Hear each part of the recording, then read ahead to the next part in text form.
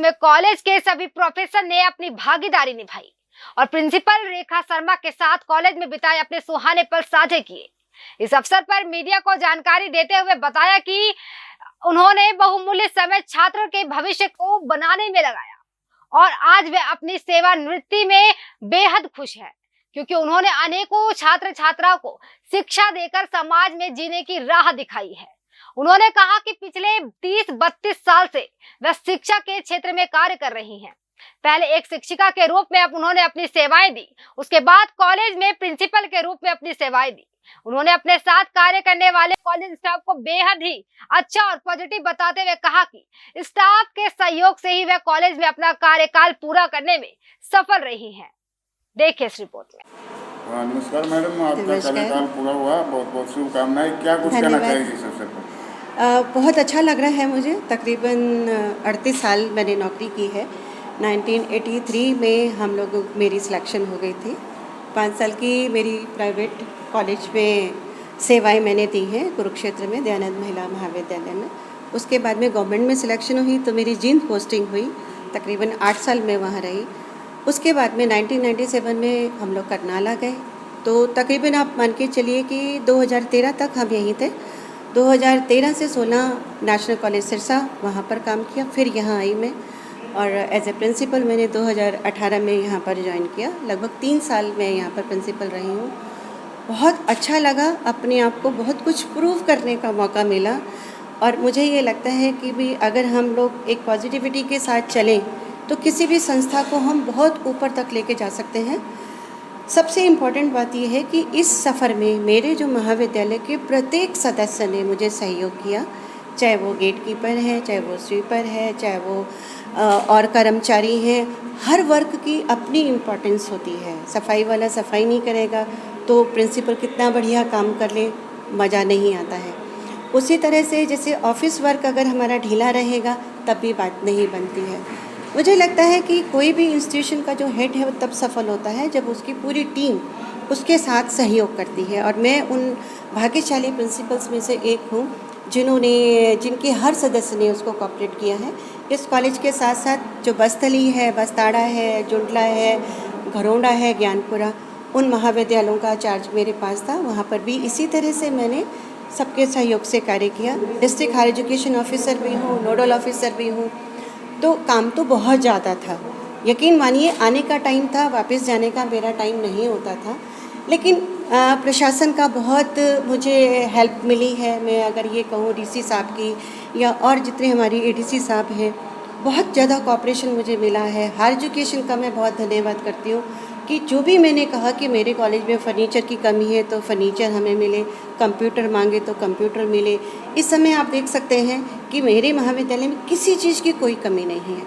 2018 में ये जो ब्लॉक देख रहे हो यहाँ पर फर्नीचर नहीं था, तो आप लोग आके यहाँ पर कहते थे कि मैडम कमरे खाली हैं, बच्चे नीचे बैठते हैं। इस समय आप किसी भी कमरे में देख लीजिए 10 तो मेरे पास स्मार्ट क्लासरूम है जिसमें एक से एक बढ़िया जो स्मार्ट बोर्ड हैं वो लगे हुए हैं जिनका इस्तेमाल करते हैं। इस कोविड के टाइम में भी आपने देखे कि हमारे जो साथी थे उन्होंने बच्चों की बहुत हेल्प की। खासतौर पर जो मनोवैज्ञानिक समस्याएं बच्चों के लिए हुई तो हमारे मनोविज्ञान के टीचर्स थे, उन्होंने बच्चों के साथ बहुत कोऑपरेट किया कि समस्याओं का समाधान किया। बहुत होता है कि मतलब हम लोग कई बार सोच लेते हैं कि हम घर में बैठे हैं तो ठीक है, हम अच्छे हैं तो सब अच्छा है, ऐसा नहीं था। इस दौरान में भी हमारे सभी साथियों ने, प्रोफेसर्स ने, फ़ोन के द्वारा, एनएसएस के विद्यार्थियों ने मतलब हर तरह से जो सहयोग किया है। तो मैं अगर मेरा नज़रिया पूछते हैं तो मेरे लिए एक बहुत शानदार सफ़र रहा है और आज मुझे ऐसे ही लग रहा है जैसे मेरी कोई नई जॉइनिंग हो रही है। उतना ही उत्साह है। तो आज यहाँ पर समापन है तो अगली मेरी शुरुआत हो रही है, नई जॉइनिंग मेरी दूसरी तरह से हो रही है।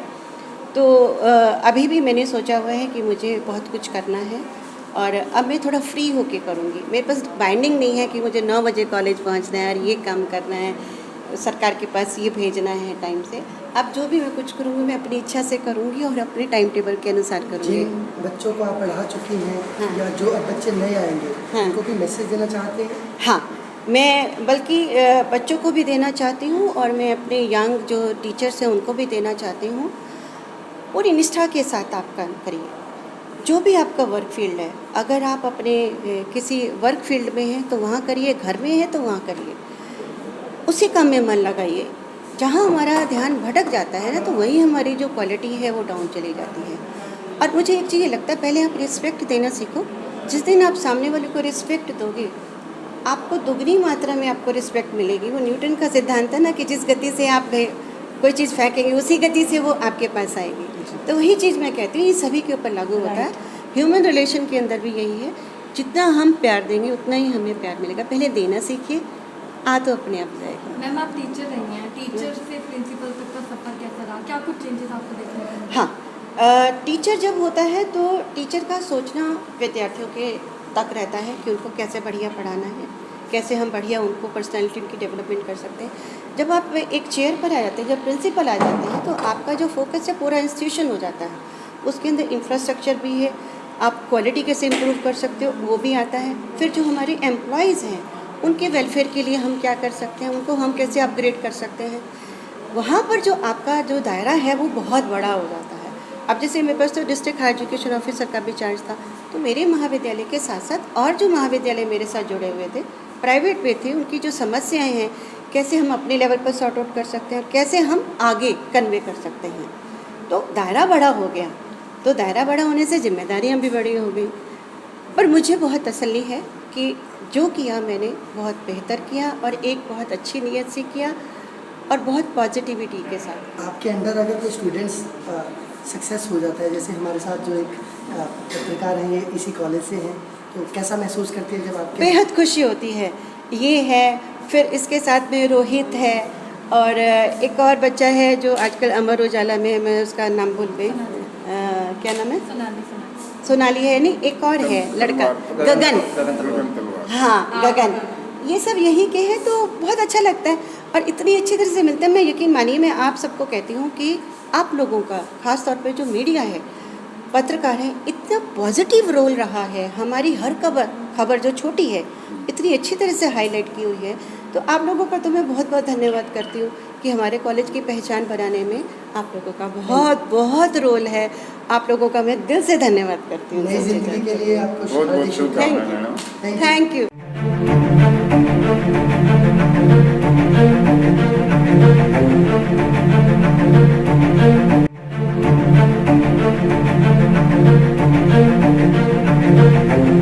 ऐसा अवसर फिर नहीं मिलेगा। अब हरियाणा सरकार की दीनदयाल आवास योजना के अंतर्गत सेक्टर 1 तरावड़ी में 135 और 142 गज के प्लॉट्स मात्र 21,000 रूपए देकर बुक करवाएं। क्रिएटिव सोसाइटी, सड़क, sewerage, street light, park, community centre, तुरंत रजिस्ट्री और पोसेशन भी। कॉल 9466034000।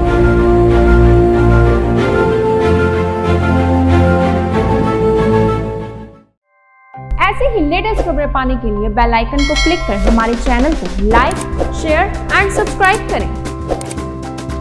धन्यवाद।